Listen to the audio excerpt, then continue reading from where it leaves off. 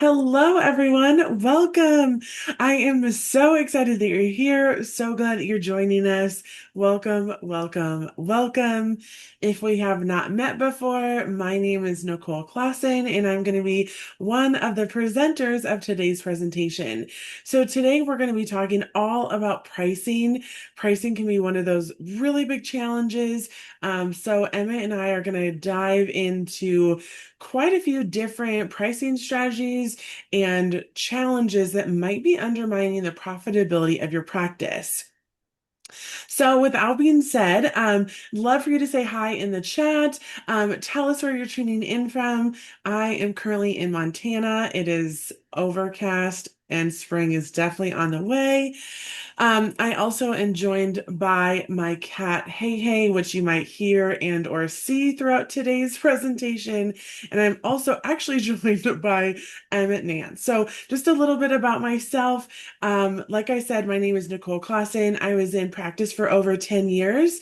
And I have been consulting and training and educating on inventory management for almost the last 10-ish years. I'm the founder of Veterinary Care Logistics, the co-founder of Inventory Ally, and the author of Inventory Management for Veterinary Professionals. Hello, everyone. Oh my goodness. Northern Indiana, we got Kansas, Texas, Um, Florida. Barefoot in Florida. Yay. I know it's Yes. so good to see all the familiar faces. It just makes me so happy. So without further ado, I'm going to hand it over to Emmett. He can introduce himself and share a little bit. But yeah, thank you all to join. Oh, and just one other thing, we run a no questions left behind session. So whatever questions you have, whatever thoughts you have, we'd love to hear them. You can type your questions in the chat. We'll be moderating those. So, as always, whatever questions you have, we'd love to answer them. That's why we're here. That's right. So excited to be here, Nicole. Thanks for the intro there. My name is Emmett Nance. I'm the co-founder with Nicole for Inventory Ally. My background is 20 years just doing operations improvement and efficiency and optimization in veterinary hospitals. So I run a couple myself from the ops side. I worked for Banfield for over a decade, I think 13 years, just focused on large scale improvement projects. How do we make things run better? I was COO at SmartFlow, joined IDEX and ran their onboarding customer success for software for a while as well. And my entire career has just been how can you make the operations of the veterinary hospital run more efficiently, more predictably, so you can actually have more time and energy to focus on client and patient care? That's the real value that we bring from veterinary medicine. So, how can we keep some of those other things out of the way? So, very excited to be here. Nicole and I are going to walk through some of these pricing strategies, debunk a few, give some advice, answer some questions. Really looking forward to it. All right, Nicole, Absolutely. you want to get us started? Yes, absolutely. And also, shout out to Matt. So good to see you. Hi. And also, this will be recorded. So if you have to step away or anything like that, we're going to be sending out the recording along with the slides tomorrow. So if you have to step away or anything like that, we are recording this for you. All right. So, today's agenda. So, first of all, we're going to talk about why pricing strategy matters and kind of the impact it has on your practice. Then, we're going to go through some different pricing myths. We're going to talk about what some practices do and maybe some myths that kind of are upheld, right? Like, I don't know, what does the practice down the street charge? What should we do? What does Chewy's charge? So, we're going to talk about all of that. And then we're going to really talk about how can you actually create the pricing strategy. We'll talk through some tips for you to remember, some best practices. We're also I'm going to walk you through also how to calculate the markup percent of your items. So this is hopefully going to be really fun and insightful. So yeah, should be a good time. I mean, when we get to talk about inventory, it's always a good time, right? Um, Always. yeah, I mean, I might be a little bit biased, but whatever. Um, so why does your pricing strategy actually matter? And I think this kind of comes from a bigger conversation of why, well, I mean, it's a whole bunch of things, right? But really, if we look at our cost of goods sold, right, that's often a really big topic of conversation, right? How can we reduce our inventory costs? How can we reduce our cost of goods sold so that our practice is more profitable? And a lot of times, what can happen is we only look at our actual inventory costs, right? How much am I spending? But when we look at the formula for cost of goods sold as a percentage of our revenue, there's actually two different variables. The first is, our inventory spend or inventory costs, but the second is also our revenue.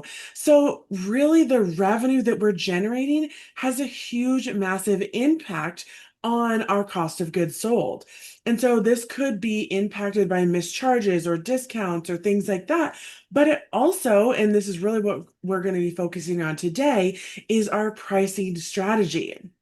So our pricing really affects and impacts the margins or how much we're making of each item. It impacts the cash flow and right, if we're not generating enough revenue, right, then we might run into some tricky situations where we may not have enough cash to reinvest in our business, or it just might be, it seems like, oh my gosh, we're so busy, but yet we're barely breaking even. So Mhm. our pricing really affects that, but it also affects our clients' behavior and the trust that they have in us. So pricing can often not only be, an impact of profitability, but also to the trust that our clients have in us. And so, really, what we want to do is create a cohesive strategy so that we can not only make sure that our practice is profitable, but also so our clients continue, we can continue to serve our clients. So, some of kind of the habits that I have seen over the years, oh no, it's totally fine. I mean, I can just keep talking. I don't really need slides. I can just keep Touching puttering buttons. around. Mm. So a lot of times we'll just kind of see like a flat markup across all products, right? So like, let's just say, for example, everything in your inventory is 100% markup, let's just say. So sometimes that can be a common one that we see. The next is really going to be either price matching all of our items to online retailers or even like local pharmacies. So just kind of feeling the pressure, yeah, to price match every single item. Another kind of maybe tricky situation that some practices find themselves in is they aren't increasing their prices as the costs go up, and they're maybe only reflecting or looking at the inventory pricing once a year, maybe every 6 months. So it's kind of done on a limited basis. Another one that I've seen, happening much more, frequently lately is wanting to move the entire pharmacy online. So not just like a few select items, but saying we're going to have zero pharmacy. It's all going to exclusively be online. Another one, right, is maybe guessing based upon what our competitors are doing. So every time, right, a new item comes in, we're like, how should we price this? What should we price this as? And it's like, I don't know, what is Chewy doing? What is ABC Hospital doing down the road, right? There's kind of like this him and hawing and not really feeling confident in our decision. And also kind of pricing our inventory the way that we price our services. So, they should be priced differently because there's definitely a ton of different things that goes into each one. And so sometimes you'll see practices make the mistake where they want to kind of price everything the same way, regardless of whether it's an inventory or a treatment code. Mhm. Yeah, and that's one of those things that we've talked about, I think, on previous webinars that we've done, where this is really a service business. And you had mentioned just a moment ago, there's two parts of the equation. What do you spend on products, and then what's your revenue generation? And services can generate a lot more revenue. So that last one, you can get really strategic. We're going to dive into some more of that, right? So let's tackle myth number one. Should you price everything the same way?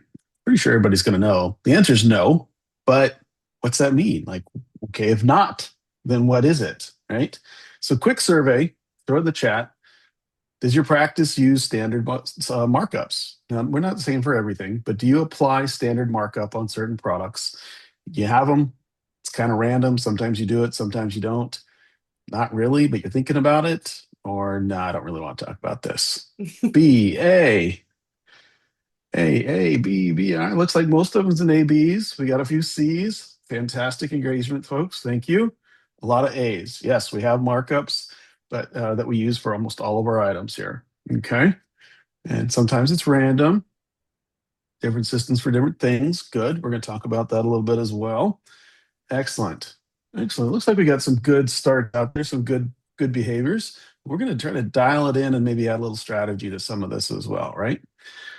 When we talk with customers, when we talk with clients, oftentimes we will see like it's an easy way to do this. It's a simple way to manage your pricing. Just do a flat markup. It can be pretty simple. So when costs change, it's pretty straightforward. You're going to up it. It can be very easy to train your staff on how do we do this. So it does keep it fairly simple, and it can feel fairly fair and consistent. But honestly, you're starting to kind of leave quite a bit on the table when you just do a flat markup. So how can we get a little bit more strategic about it? We'll go into. And when you apply it this way, there's a lot of different things that happen. And we're going to talk about more like price elasticity, things that are shoppable. What are your customers willing to pay? What are they reacting to? Where do they have restriction and friction, right? So we know that some things are highly shoppable, some things are price sensitive. We've got different demand levels. And then there's certain costs that we also have to absorb and offset, like shelf space, labor, effort that goes into it, and even opportunity costs with some stuff, right? So let's look just three different type of applications when it comes to starting to price your products. And how do we bucket them and start to think about them a little bit different? Now, one thing I'll say here as we lead into this is we want to be optimal. We want to optimize our pricing. And it's unique in the business that we're in. We're not a retail store, right? That's where markups can make a little bit, it can be a little easier, make a little bit more sense. But we're in the service business. And the real value of what you're offering to your customers is that service. And there's a lot of complexity, a lot of variables that go into the value that they recognize, what they're willing to pay, what they can see elsewhere, like we've talked about. So you want to start to try to account for these different variables and optimize for all of them. That's really what optimization is. You're not looking to maximize or minimize anything, right? So as you break these down, think about a product type. And that first one is high competition, competitive price. You're generally going to have a little bit of a lower or medium margin on those. Those are the things that can be highly shoppable. They're things that people are sensitive to. And really, the way I look at this is it's the things that they're going to be looking for the prices on before they come in and get to know you, right? So high competition, competitive pricing. So think things like office visits, things that they can find online. Some of that stuff can start to fit into that first category. And really, what you're trying to do is make sure you're priced in a way that it doesn't prevent them from coming to visit you, right? That's where you want to be competitive because you don't have a way to offset that. When we go to that second tier, convenience, we can put a little higher price on things that are convenient, right? And we could carry a decent margin on those. And think of those things where it's a whole lot easier to come see you, get your advice. Oftentimes, medical advice is attached to these as this is what you should do, and you can get it from me. You're going to get convenience because there's trust and there's value associated with that transaction as well. You can charge a higher price, and there's convenience because you have it there and they need it now. It's going to be a lot easier than having them go get it somewhere, wait for it to come, and remember what their instructions were, those types of things, right? And then when we get to that bottom tier, this is what we call low price sensitivity. So when the price goes up, that means the volume doesn't go down. People are willing to pay a higher price. They're not going to be as sensitive to that price changing, right? So you can really charge a premium for those, and you can get a much higher margin. One of my favorite ones to kind of look at, think of things that have kind of a really low per unit price. Gabapentin tends to be a good example of that. They're not going to be as sensitive when you double, triple, quadruple the price of that. It's not a huge piece. They can afford to do that, and it's what their pet needs. You can charge a better price for those. They also have some high volume to them, so you can carry a higher margin. So kind of start to break things down in your mind. And keep in mind, this is not only just products, but it's services as well. Where do you have that opportunity to charge a premium? And the last piece I'll put to this is don't think of them as individual, think of them as collective. If you could charge a higher price on a service that they're willing to pay, it offsets some of that lower margin that you have to take on a highly competitive product, right? So think of them in conjunction with each other as a total pricing strategy.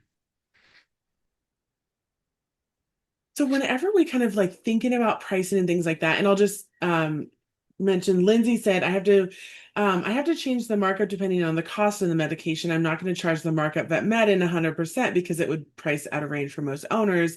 But trazodone has 1,000% markup because it would only be a penny even with 100% markup. Absolutely. And I'm going to talk about That's something right. here, like in a few slides, you're just like already on it, about kind of where this can play. But when we talk about inventory items, there's kind of really two big buckets that we're looking at. So not only are we looking at the item markup, right, because this will include indirect costs. Now, these indirect costs, there's kind of two big main ones. And the first is the holding cost. So that's the cost of keeping it on the shelf. So you can essentially think of this like the item paying rent for your in your practice, right? It's the cost of keeping it temperature safe, taxes, insurance, like all the good stuff that basically takes up space on your shelf. But then also the inventory manager or your time spent managing the item. So that would be labor cost.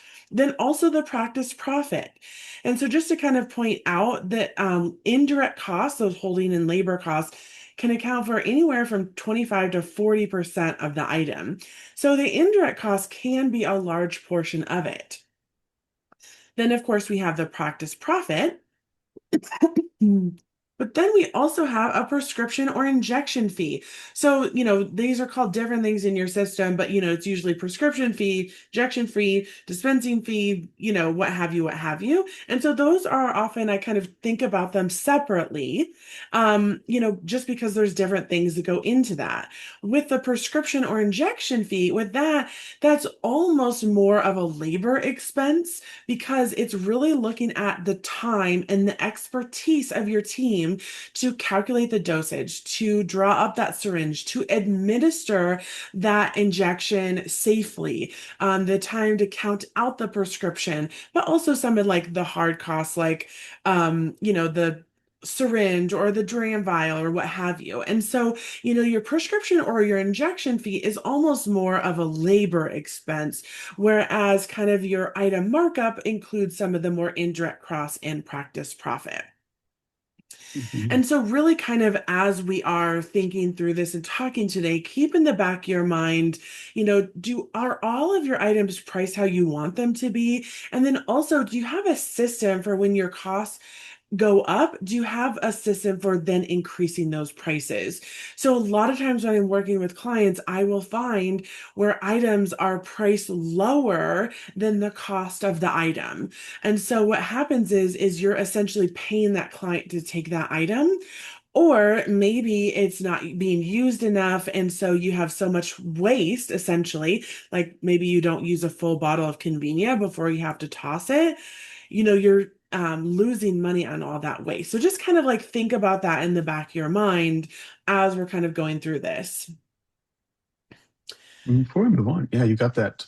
Do we add 25% indirect costs to the initial cost and then add markup for profit? So What do you that's a good recommend? question.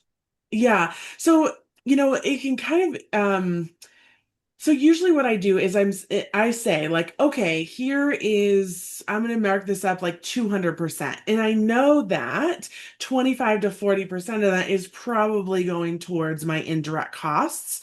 And so you can kind of think about, right, is our product cost.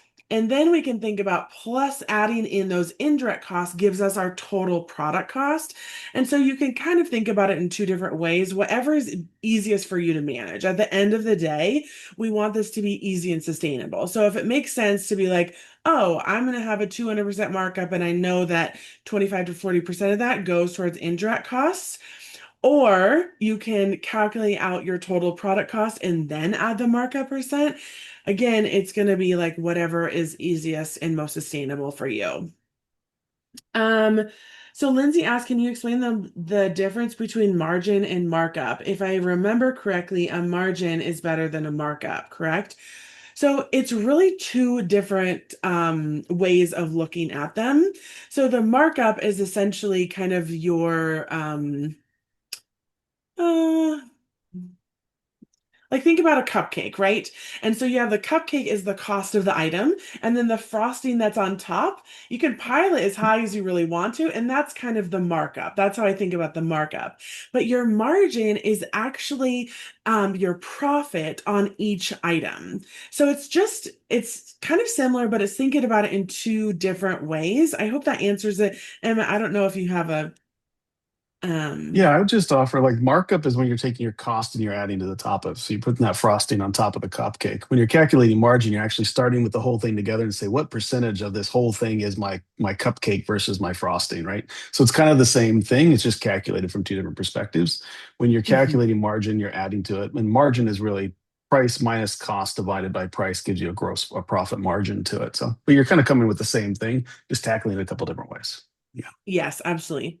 And Amanda said, what is the range of percentages you see, low and high, like an industry range? Yeah, I'm going to share that towards the end of the presentation. So we'll definitely talk about some ranges for sure.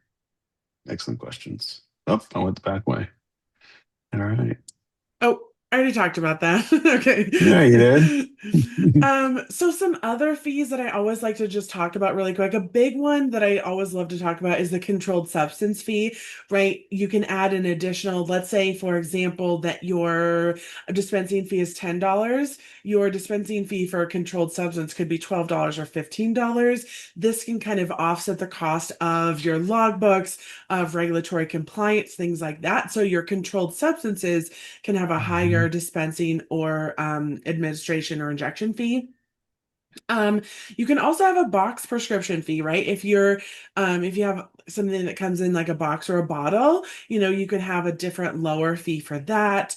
You could also look at like other administration charges, like buprenorphine, like oral, where if you drop the individual syringe and somebody has to sit there and drop like 20 syringes with zero point 0.1 mils of buprenorphine and then cap them. It takes a long time, right? So if we go back to thinking about this idea that our prescription or injection fee is kind of more of a labor base, we could think about any of those dispensing actions that take a long time, and maybe change you could have like a level one or a level two injection fee, for example.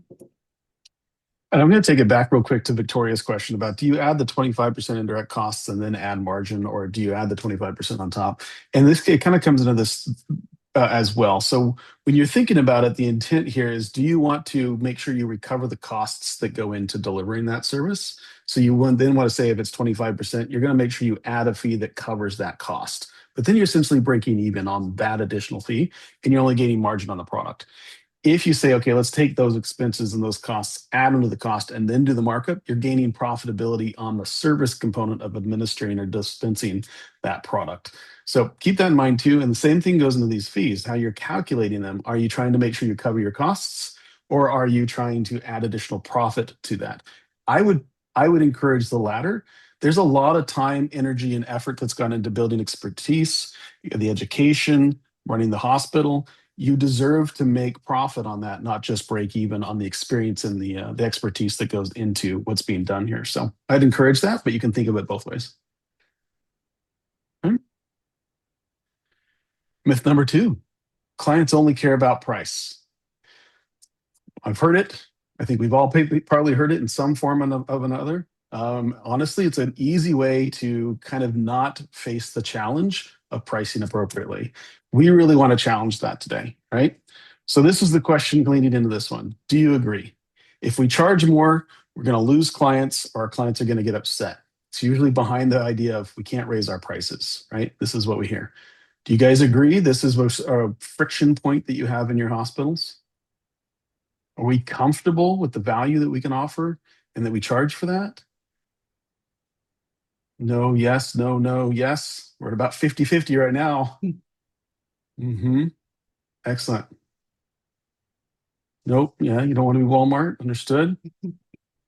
Some clients will appreciate the value. Yep, we're going to talk about that. Right. Fantastic. Well, it does look like it's about a 50-50 split. Thank you so much for the engagement here. This makes it so much more fun and engaging for everybody. when we have this. We really do want to lean to this idea of perception of value, not just cost. And we're in a very unique spot in being in veterinary medicine. We're going to dig into that a little bit more. So just to lean on this, so why might we believe that clients only care about the price, right? Well, we're bombarded with we have to be competitive. That's going to reinforce this concept that we have to match the online pharmacy. We have to match the competitor down the road. We have to be extremely transparent with our pricing, but when we do, we have to be low so that we don't discourage customers from coming in, right? And we have that fear of losing the pharmacy revenue, fear of losing clients, and we know it's tough. It's really hard to run the business and maintain profitability. And so any clients that are lost or any friction that's in there that might reduce the opportunity to generate revenue can be very real concern, right? But what we know is that we're in a service business. And that's a really valuable opportunity because we're not just trying to compete when we sell this product compared to the store down the street that's selling the same exact product. That makes more sense to try to compete and get them to come buy from you versus from them. But in a service business, especially something as important as veterinary medicine, where we're a partner in the care of the pet, right? The value is actually in the exchange of the service. And more so, it's an exchange of value for the trust that's built in partnering with the pet owner to take care of their pet. So there's a lot of opportunity to make sure that we can run a successful business, a profitable business. But by doing so, we're not just trying to compete with down the street. We're actually adding more value in the relationship, which is very personal and very real. So clients recognize value in a number of different ways. Convenience. Are you available when they need to see you? Right? Are you nearby? Are you accessible? Right? Do you have that availability? Have you built trust in medical guidance? Trust comes with time and it comes in two different ways. It's the experience that they've had with you specifically. It's also the experience that you've had with their friends and colleagues who would refer them to you, right? That exchange of trust is huge. And it's really important when it comes to caring for pets, right? They want to know that it's simple and predictable. So if I come in, I know I'm going to get seen, I can understand what's going on, and they're going to partner with me in that exchange. And that's really that last piece is it's about partnership, right? Pet owners really want a majority to know that you're going to partner with them to take care of their pet so they feel like successful pet owners and ensuring that they have that ability to do so.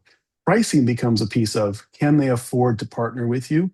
It's not as are you the lowest cost to be able to engage in that partnership, right? It's very important, I think, to reframe it in that way.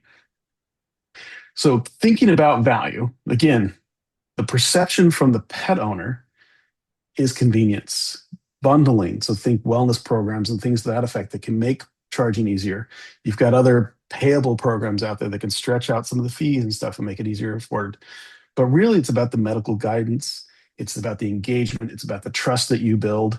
It's about the partnership that you have with refill reminders. Can they access you and book an appointment easily? Can they engage with your team if they have questions?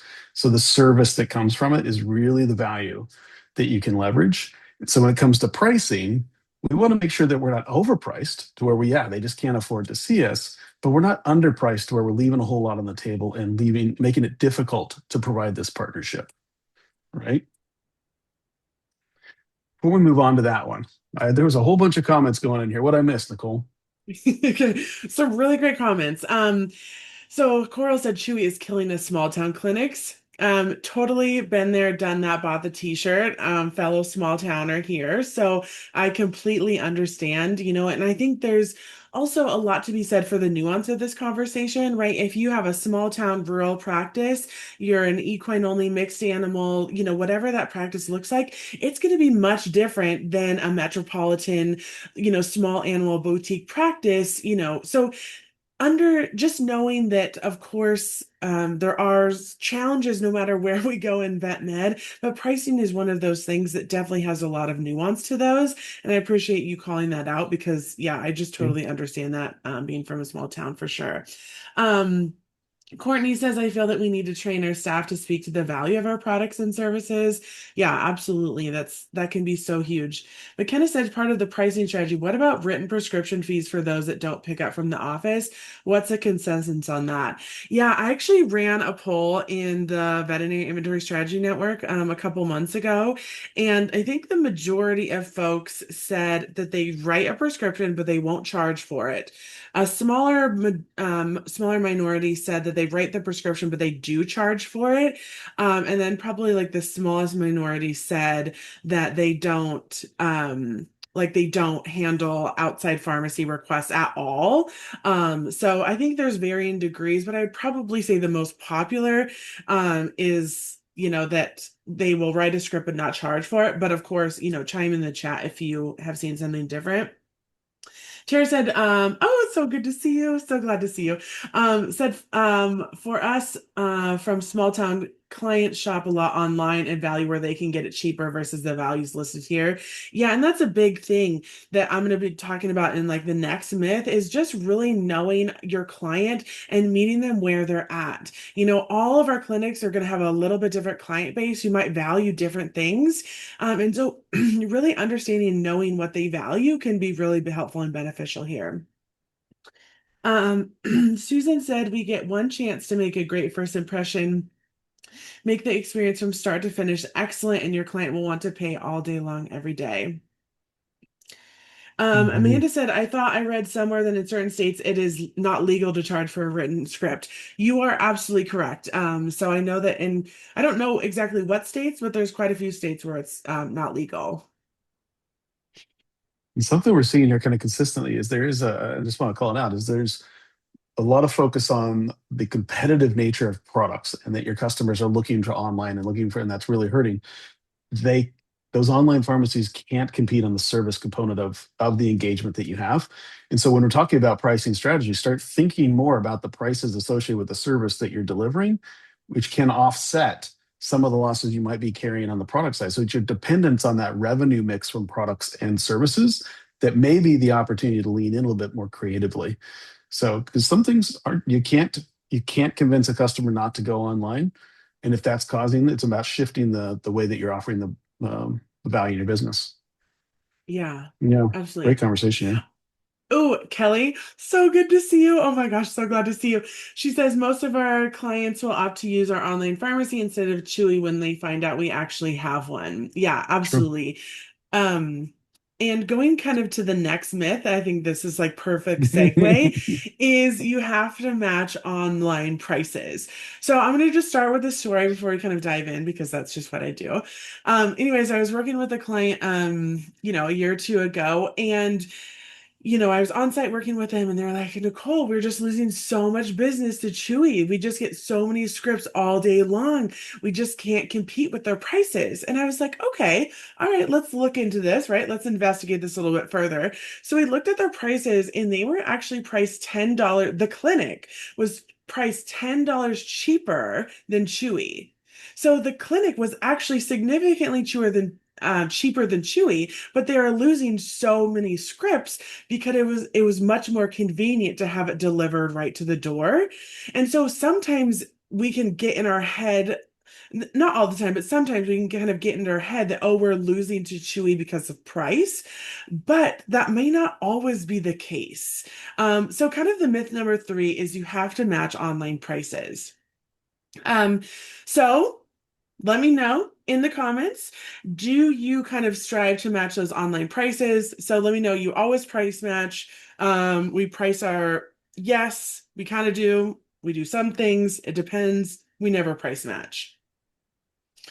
Okay, quite a few D's and E's. So it depends on the situation or product, or we never price match. Okay, a few Mhm. C's. So yes, we price match to our online pharmacy to outside online pharmacies.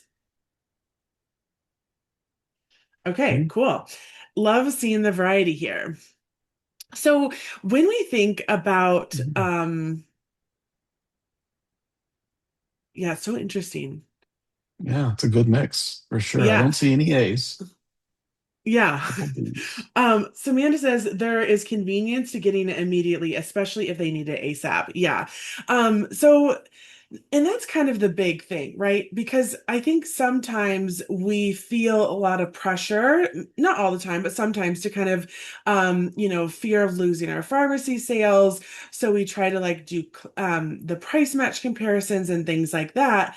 But if we price match, and I'm sure, as maybe some of you know, because you don't really price match, is because matching those online prices can really impact our margins and reduce the pharmacy profitability. And so the key is not to necessarily price match. There are some things, right? Emmett kind of already shared that are highly competitive. So let's say, for example, right, we'll just name the elephant in the room, that flea, tick, and heartworm prevention. That's a lot of times one of those big ones where we either might price match. But what I like to kind of do is always keep in mind, right, that we have our in-house rebates. And then I like to have it be within the ballpark of Chewy, not necessarily matching them, but just in the ballpark. I think, long time ago before outside online pharmacies were a really thing, or was really just 1-800 pet meds, seeing and having 100% markup on flea tick and heartworm prevention was much more common. And I think, that's just not possible for a lot of clinics these days. Quantum might be the answer to fleeting competition. Yeah. Susan says, I feel the key here is client messaging. Absolutely. Yeah. Um, Kelly said, And we the are going reason to try client to work. messaging is important is you're reinforcing that trust and that partnership, and they're investing in you because you're investing in them. So that's where messaging is really big. Yeah. Yeah, The absolutely. injectables. Yes. So, not everything necessarily needs to be competitive. So, really working, if you do want to price match, do it strategically, right? So, match those key shoppable products, but make sure that you're maintaining healthy margins elsewhere. So, you might have lower margins or markup percentages on your flea tick and heartworm prevention, but you might have better margins on other products and on the services that you deliver. And so, kind of also like we mentioned, right, the convenience and relationship matter. And then consider the rebate impact, because those rebates that they can get directly from you, they might not be able to get elsewhere from online pharmacies. hmm I like Courtney had mentioned something here. We started having our CSR team. Every time we get a script, just let them know that we also have an online pharmacy that you can buy from, and most of them didn't even know it. So it's a good capture technique there for Y- sure. Yes. And I mean, I could go down like a bazillion rabbit holes on a bazillion things, but one of the things about online pharmacies, like especially your clinic online pharmacy, I think if you want to use one and have one, that you should try to think about how can I make it as frictionless as possible, right? Let's say it's like 10 o'clock at night. You realize that your dog's almost out of food or is almost out of some medication. Chewy is super easy to remember, right? It's just Chewy. So think about your client is like at 10 o'clock at night, they're trying to go to bed, they realize their pet's medication. How easy is it for them to purchase from you? So just hmm think about that for a second. Like, is the path really easy? Can you add a QR code to your dram vials so it takes them right to your online pharmacy if they need that? Can it go to like a refill request form on the website? Can you, add stickers to pet food bags to like add that? So think about how can you make it as easy as possible for them to purchase from you? Because not only, right, is too easy to remember, but they're also emailing every single day. So hmm they spend a lot of money to be top of mind. So think about how can you make it as frictionless as possible, but B, also how can you meet your clients where they're at and make the experience enjoyable for them as much as you can. hmm as you're reading that last one there, Nicole, I just also want to encourage everybody, don't just assume what your clients need. To certainly put yourself in their shoes, but engage like friends, family, people that are not necessarily, but ask them to go to try to order something online and give you Mhm. some feedback. Right? Actually engage in some of that feedback loop to make sure that you are putting yourself in a position to do that. The other thing that I'd offer is always start this discovery from a place of I have a relationship and they want to buy from me. I just need to make it easier. because that's likely true in most cases versus I think they're going somewhere else and I have to try to redirect them. Come from a place of I know they want to work with me because I'm their partner in this in the pet's health. How can I make this simple and affordable for them to do so? Yeah. And you know those clients that are just like your favorite clients and they basically become like friends and family, ask them, right? Those clients that have the ones I'm talking about, right? That are just so good. Like if you could just have that kind of client all day every day, it would just make your dream come true. Talk to them, find out what would make their life easier, find out how you can partner with them and really kind of engage Okay, in that insights. discussion and feedback because you can get so much really insight because, sometimes there might be, we might hold certain values that might be different than our clients, right? So, for example, for me, I value my time. Like I place a higher value on my time. So for me, let's say, for example, if my local vet, if they got rid of their pharmacy and I had to drive 30 minutes in town to go to Costco and then stand in line for like an hour and then drive a half an hour back, even on the best of occasion and weather, not counting when it's super icy out, like that would just be like the bummer of the century for me. And I would much rather just buy that medication right there in the clinic. Another thing that I think is also to that point is sometimes we say we're like, oh, well, doctors' offices don't carry things. But I don't know about you, but if I just got horrible, devastating news about my pet, and, I think about my sweet boy Tank, when he was going through a heck of a time, just kind of at the end of his life there. And I got horrible news and I had to go stand in Costco in the line for like an hour while I was just heartbroken and fighting for my life to not cry.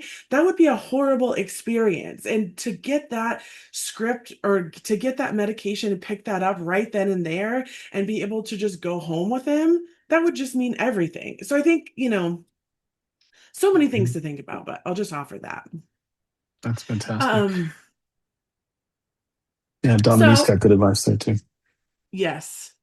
Every new client should be signed up. You're offering a convenience ecosystem, if you will, of service Hmm. and offerings there. And you become their Hmm. point of trust. Yes. All right, myth number four, huh?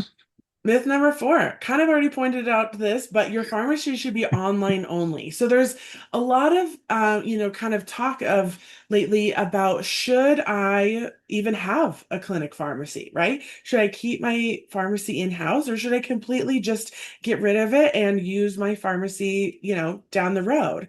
And so again, as with everything, there's a lot of nuance to this. But I'd love to know, has your clinic moved some products to online only? Are you debating on not having any kind of pharmacy? 70, no, no, no, no. Okay, Kristen, absolutely not. Okay, yeah, yes. Cool. Lots of no's. Okay. So Deborah removal. said yes, but so far just the large food sizes, only specific special order items, yes. And that is generally kind of my recommendation. We'll talk about that here in a second. But, a lot of some folks are saying, like, oh, it's way less inventory that I have to manage. There's less management involved. There's fewer expired products. But what actually happens, right, is it might not. It's really not in service to our patients or to our clients. And so we might see delayed treatment, reduced compliance, and lost revenue.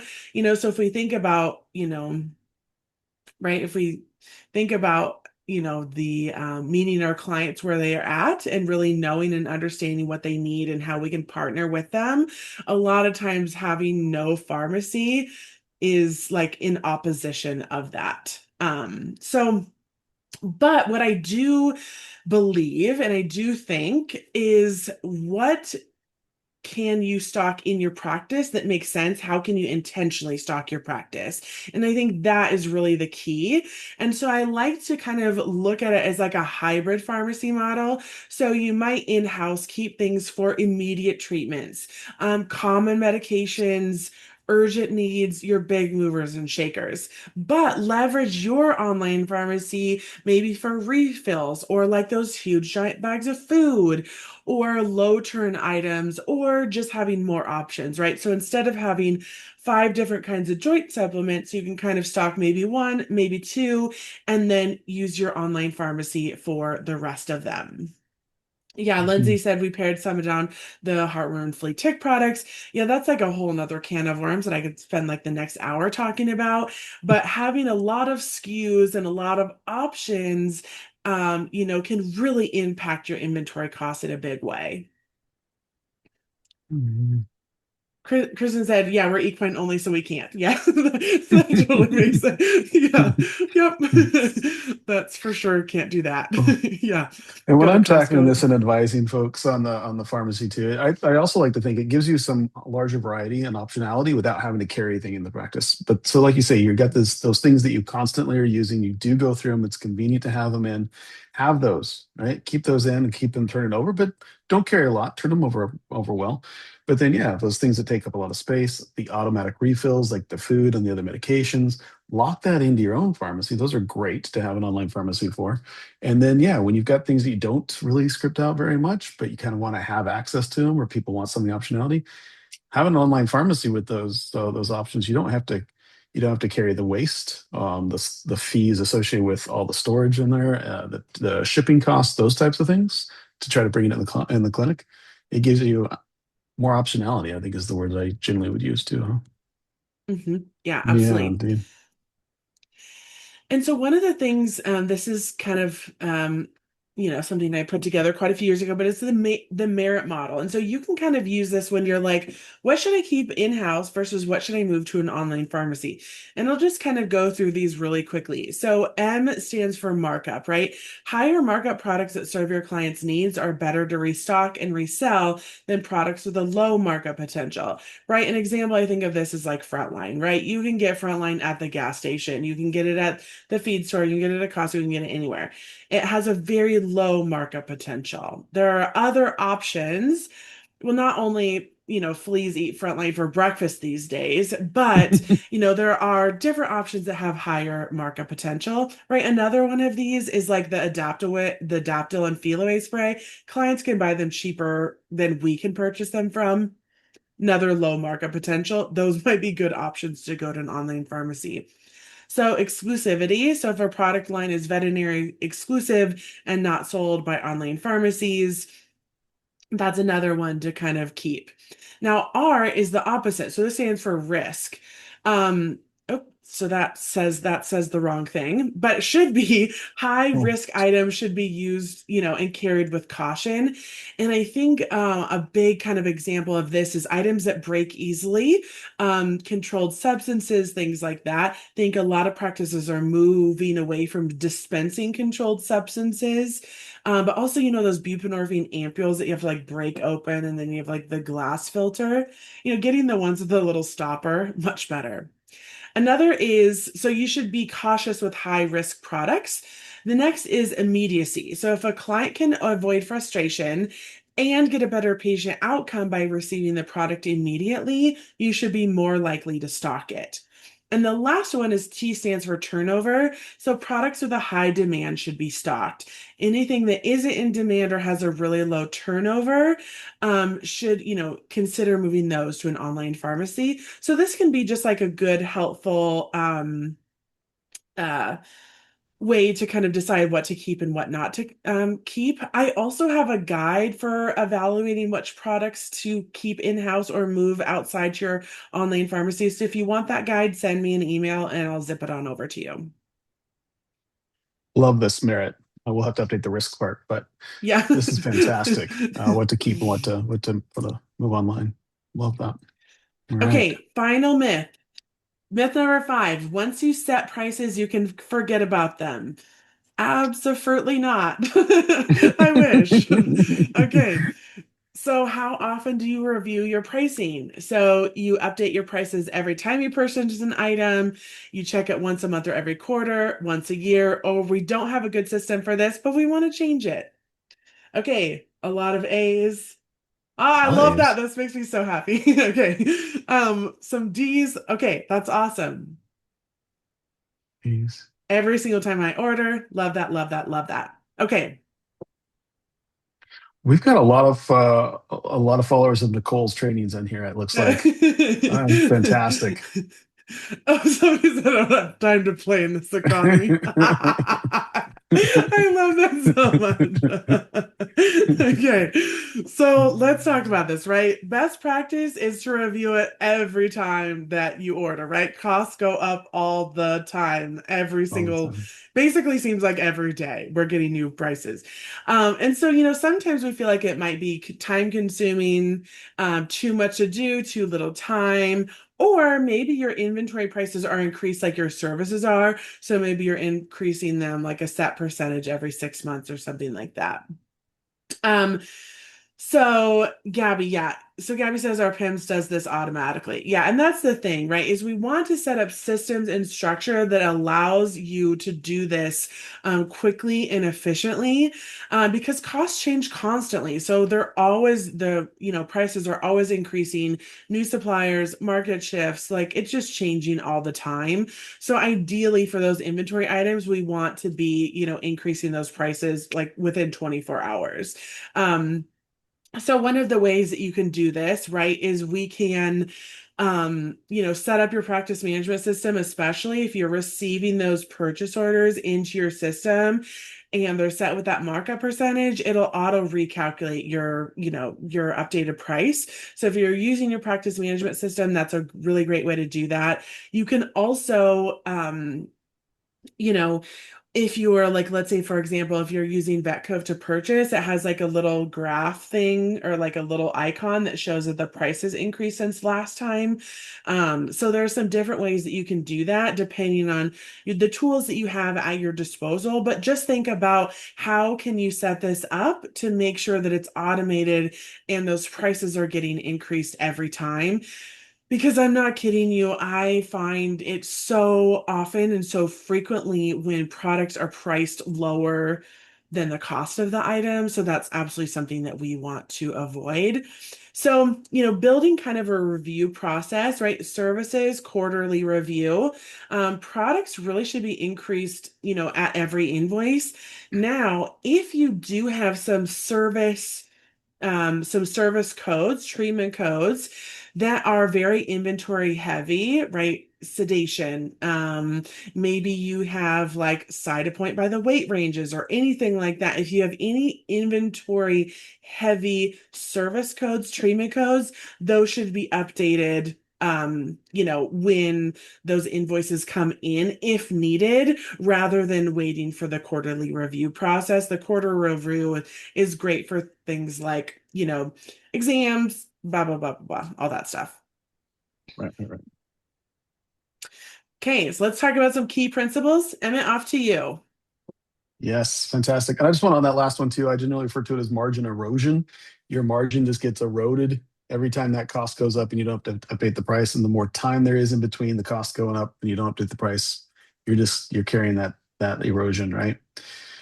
Quick question: do you include the shipping and credit card fees when entering the cost of an item? This has been a major debate amongst our management team recently. Ooh, you want to break the debate, Nicole, or at least put a little Yeah. influence on it? Yeah, so depending on your PIM system, you can enter your shipping costs and it'll distribute to every item on that order and make it really easy for you. Um, and I always think about, right, if we think about our labor costs and those indirect costs, if we spend a lot of time hand adjusting every and hand calculating the shipping cost into every single item, we are likely spending more time That's right. kind of recalculating those things than we do get in return back for those things. So I would say if there's a really quick and easy way to do that. But you might just say, oh, I'm going to increase maybe my prescription fee, or I'm going to increase my markup a little bit, or some other way to kind of like offset that without, yeah, really having to hand calculate each item because that's kind of a bummer.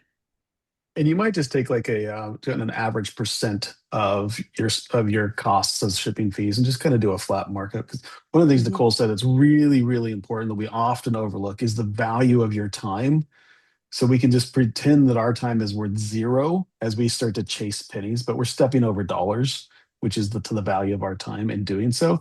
Always keep that in mind. Is it really worth the savings that you're trying to fix if it's taking a lot of time? Really important call out there. So as we come to the end of our presentation today, our webinar, let's talk about some of the key principles. What are we taking away? All right, we talked about not all items should be priced the same. Really think about the service value, the value you deliver from being a partner in the patient's care. Price strategically, increase your margin on some things where you have to offset the lower margin on other things. Get strategic about this, right? Value does matter. The relationship is critical. And it's a unique opportunity you have in the business that you have compared to other things. So when you get advice on pricing and inventory management and other ways of operating your business, think about who's giving you that advice and where that advice maybe originated. It could be a different industry that doesn't really apply directly to what you're offering because you have a unique solution.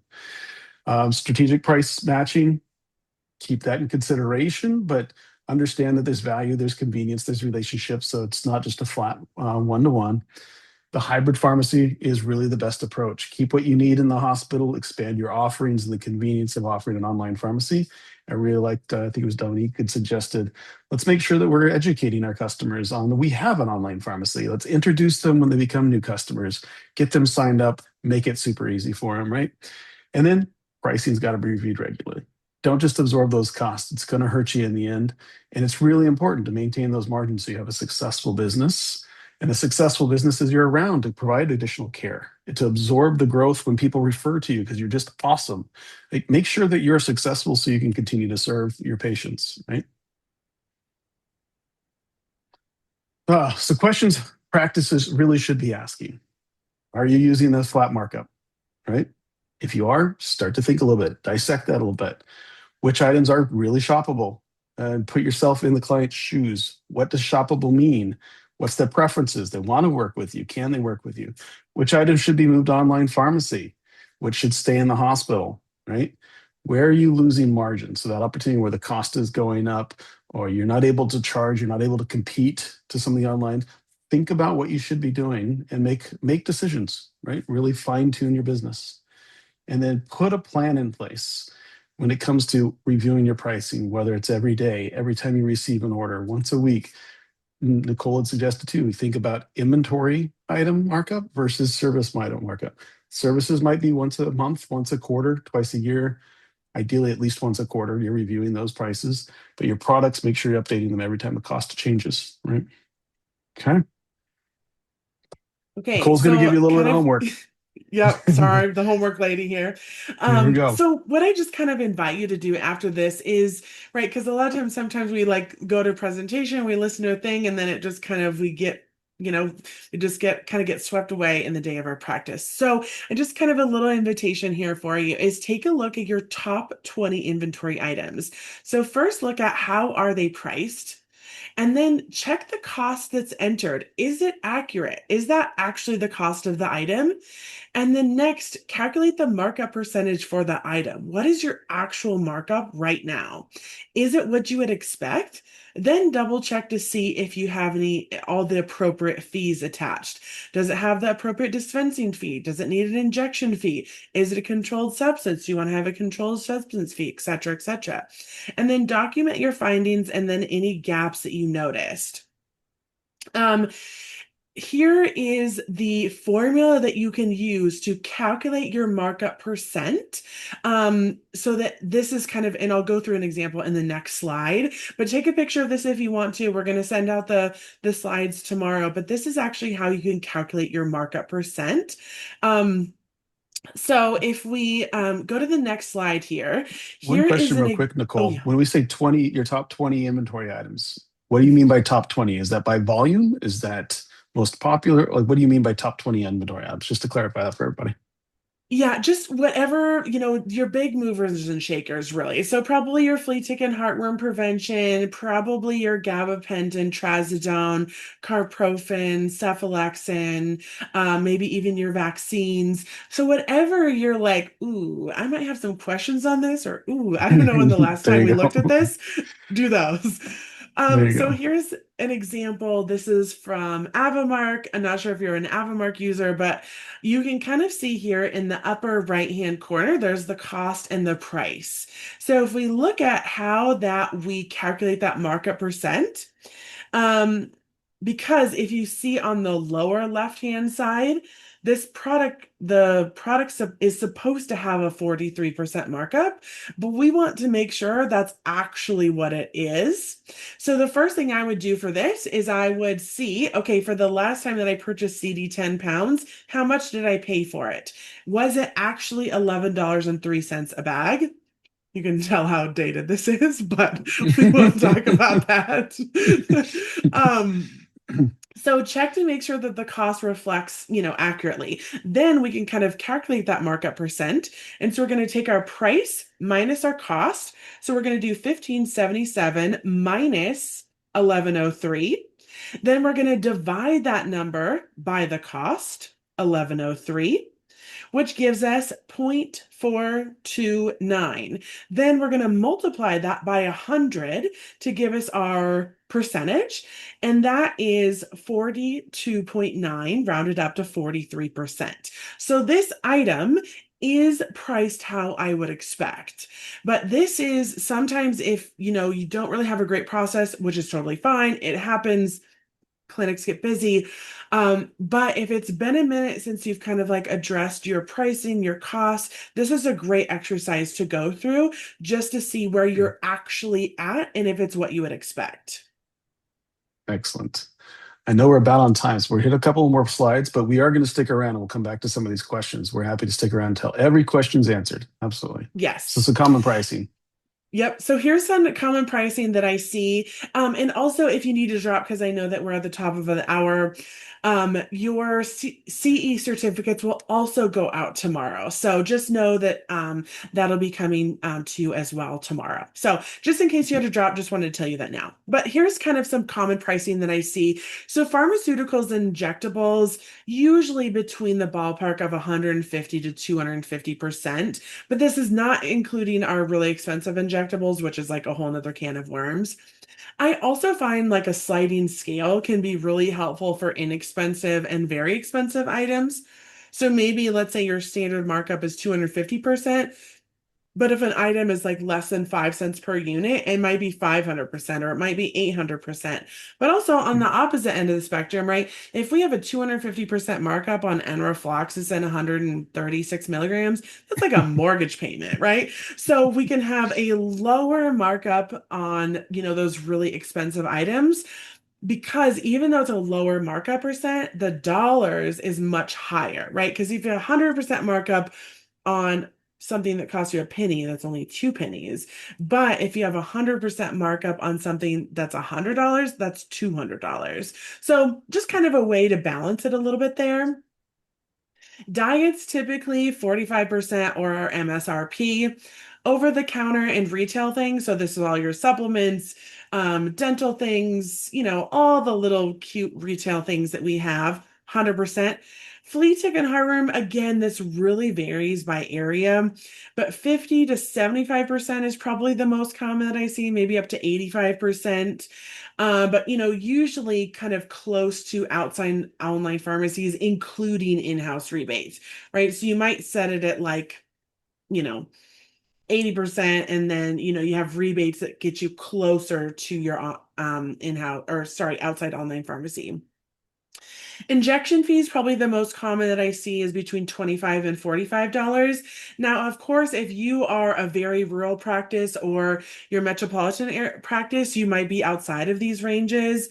Most common RX fee between $10 and $25. I've seen some rural practices be like $5. Additional controlled substance fee, anywhere from an additional $2 to $5. and maybe a non-counted or bottle fee is between 5 and 10. So these are just, again, some common ranges that I see, but it really depends on location, and the type of practice that you have as well. Fantastic. And just one last call out here too. There's a lot of options when it comes to partnering with folks, right? One of the things I like to think is the pet owners coming into you to build partnership and trust. You need to do the same. There's people out there to help you. We got GPOs who negotiate good prices for you. It's a great opportunity to improve your margin when you can buy at a lower cost and do markup based on list price, right? You got a lot of consultants, CPAs, folks that have gone through this, seen other hospitals, can offer some advice and insights. Take advantage of that. They'll always pay for themselves, time and time again. So lean into that, get advice. Don't try to figure it all out on your own. Really like those resources. We also like to help. Right, Nicole has been educating, consulting, training. She wrote the book. It's right here, always in my hands. Veterinary inventory management for veterinary professionals. It is the reference book. Go to it. Follow Inventory Nation podcast. Lots of resources here. Inventory Ally, we both built it so that we can also, help optimize, simplify inventory replenishment, offer insights on margins, pricing suggestions, things to that effect too. Try to make that easy and keep you competitive. All right. So we really, really appreciate you guys spending time with us today. Lots of engagement. That's so much fun for us. So thank Yeah, you for we love it so that. much. Yeah, thank you So so much for attending. As I kind of mentioned earlier, if you want the guide on like evaluating inventory products, there's my email. Shoot me an email. I'm happy to send it over. Um, and yeah, please let us know. Dominique, I tried not to laugh. The CPA told us to say I sell a Topica for $300. I tried. I was like stifling my laughter so much. Oh, Jill, so good to see you. Hi. Yeah, so sorry, Emma, I didn't mean to cut you off there, but you didn't cut me off. No, thank you, everybody. I see there's a few questions in here. Um, yeah, not $300. Obviously, use your better judgment on that too. But take advice. But advice is advice is yeah. just that, right? Yeah. And Inventory, Alan. Oh, yeah, go. I always Nope. say like Go ahead. you know your business better than anybody. You know your practice better than anybody. Know your So like, customers. you are so knowledgeable and you have so much wisdom about your practice, your clients, your patients, your team, and just remember that, I always say. So I'm gonna yes, and everyone, it's absolutely our pleasure. We absolutely love to do this. Absolutely. We both could Yes. talk about inventory like all day, every day. It's kind of what we do. Yeah. We're gonna Um stay on until midnight. Just the yeah. two of us talking about it, I'm sure. Yeah. So we'll run through some questions here. So Yes. are you going to touch things that go into the item markup, such as billable efficiency of the facility? We're having a current debate about our pricing to updating pricing to more specifically include our facility costs and a debate about what is Mhm. our billable efficiency should be set to versus only adding a loaded labor rate and margin being added to the base cost of things. Great question. All right, we will be here at least another half hour then. Yeah, yeah. I love the advice you start to give when it comes to like charging rent to your products. That's probably where we go with that, right? Cool. hmm Yeah, so you can absolutely do that. And so that's kind of more, and again, I could like go on this forever, so I'm gonna like keep it short and sweet, not to like go on forever. But there's kind of like two ways that you can think about pricing your items. The first is on a formula, and that's kind of using some of those things that you mentioned, right? Your labor expenses, your facility expenses, et cetera, et cetera. The downside of that though is it's not easily maintained. So every time the cost goes up for the item needs to be recalculated manually. So that's kind of the downside of that system. But if you wanted to include indirect costs, you could say, like, okay, my total product cost is this. I'm going to add on my percentage of labor cost. Maybe it's 22%. And then I'm going to add in my facility costs of maybe, let's say, 13%. That gives you your total product cost. And then you can add on DVM production on top of that, and then add on your desired profit margin. So that is a way to calculate it using a formula, which does give some precision. Downside again is though it has to be recalculated manually, and you have to have like a solid system for making sure those price increases don't fall through the cracks. So that's Mhm. pros and cons. So you could also kind of uh, create a markup system and structure that kind of adds a little bit of flexibility there. So you kind of include the idea of rent for the item in there, but it doesn't require manual recalculation every time. So that's just Mhm. my thoughts that I'll offer for that. Yeah, certainly account for it. I see. Would your markup for recommendations be different for especially emergency facility? Yep, Um, Well, it's interesting, right? Because they often have a much different mix of what that's is right. there and what's not, right? There's no flea and tick and heartworm prevention. There's no oftentimes there's like no retail items. There's no diets, well, very limited diets if there's any. And so if we go back and we kind of think about the beginning of the presentation, when we talked about those different buckets of items, a lot of times in an emergency or specialty setting, those are going to be really items that you need right then and there. They're going to be, really critical to the outcome. And so you might price those differently, especially some of the injectables and things like that. Well, and I'll offer like you've got two different ways you can tackle that one because you do have the convenience component of it, and you can charge more for convenience. So you can put a higher margin because you're there. I mean, convenience in an emergency kind of seems contradicted, but you need those products. But you can also look at it, say, an emergency specialty location has a lot higher dependence on the service revenue creation, and that means the cost of goods sold for a specialty ER is generally going to be a lot lower than say a GP or a mixed animal or large animal, and so you increasing the prices on your products has an underweighted impact to your total profitability because there's less dependence on it. So even market them up, you could go either way. There's a convenience, you can charge more, or you can just kind of follow the same rules, but know it's going to have an under impacted component to your P&L relative to non-specialty ER locations. So you can tackle it either way. Mhm. Absolutely. Rosie added, love that you guys send notes and link afterwards. Talk about accessibility. Yes, accessibility is super important to me. Big fan, making sure that it's really accessible to everyone in everyone's brain. So, Thanks, um, Wendy. Bye bye. let's see. Um, let's see. Jeannie asked, do you put a fixed fee on shampoo? Okay, so this is a good question. So, like on like a general like oatmeal and aloe shampoo, probably not. But if you have like, let's say you have like one of the like the I can't even remember the name, but the for seborrheic dermatitis, there we go. Where you have to like go over the instructions in the, Mhm. exam room for like 10 minutes to go over that I might, right? So if we think about the time and labor and expertise component of it, if you have something that requires a lot of instruction, a lot of client education, you might consider adding a fee for that. But something like a regular aloe oatmeal shampoo? Oh, probably not. Mhm.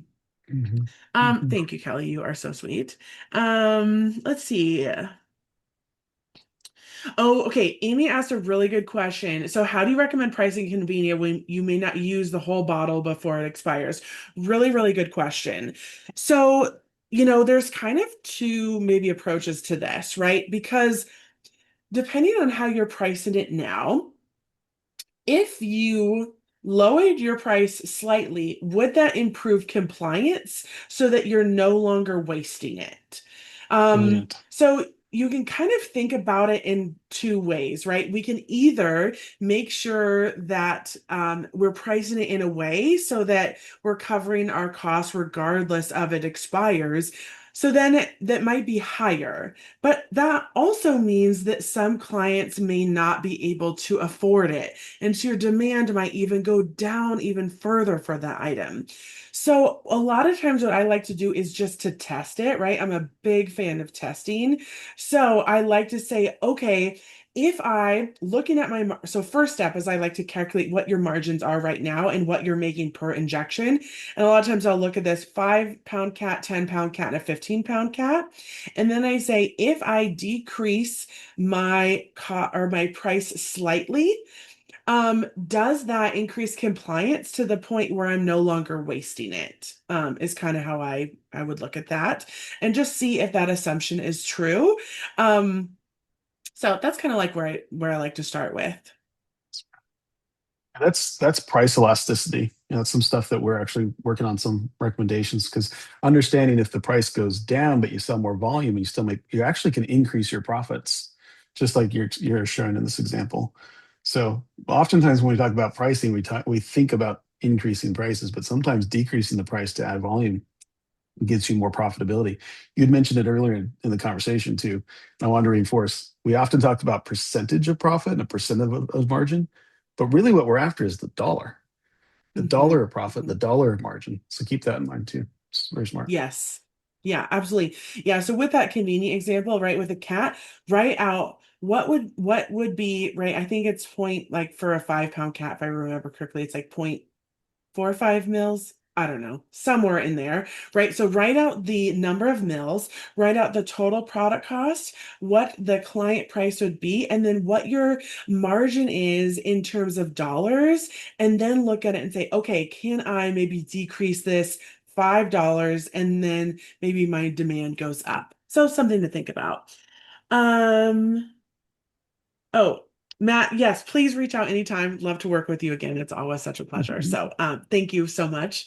Michael asked, what about lab markups? Yeah, that is a really good question and probably a whole nother hour-long presentation. But I would say probably like the most common that I see, like 150 to 200% usually is kind of the most in the ballpark. But I also like to think, and this is for outside reference labs, but also, right, we can also think about a sliding scale for that because if you have a lab test that's less than $25, right, you might want to have a slightly higher markup on that. But if you have a test that's over, $100, even 100% markup again is going to be $200 with $100 and that's going to be your margin there. So you can maybe think about a sliding scale, but also with labs, something to think about again is this idea of price elasticity. If you Mhm. decrease it slightly, will you have better compliance? So I know there's a lot of clinics for wellness labs and, kind of routine lab work. They'll have it be more competitively price so that more clients are able to take advantage of it. And so then they have a higher volume. So again, kind of some, different things to consider with labs. But yeah, probably I would say the most common, like overall, 150 to 200%. Okay, any other Excellent. questions or anything else that we can help you with at all? Okay. Well, as always, thank you all so much for joining. It was so much fun. It really just makes our day for these live events. Kristen said, what about in-house lab markups?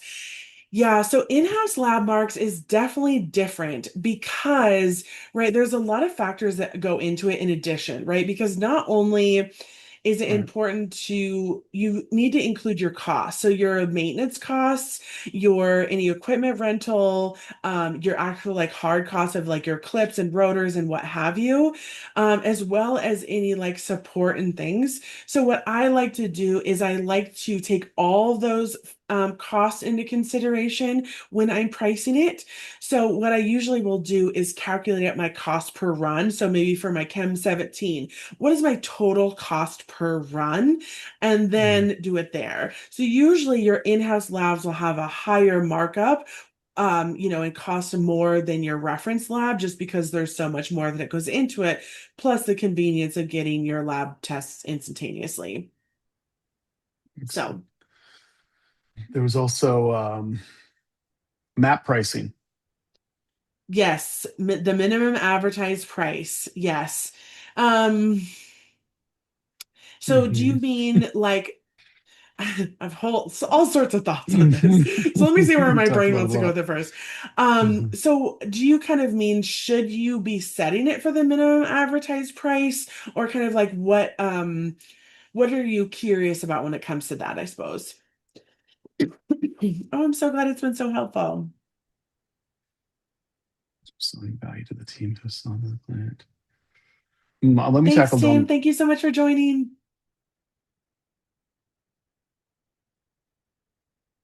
Oh, okay. Courtney said some of our managers are suggesting pricing at the minimum advertised price. Um, and I think again, right, when we talk about this idea of, minimum advertised price is a lot of times, what some of the outside online pharmacies need to do.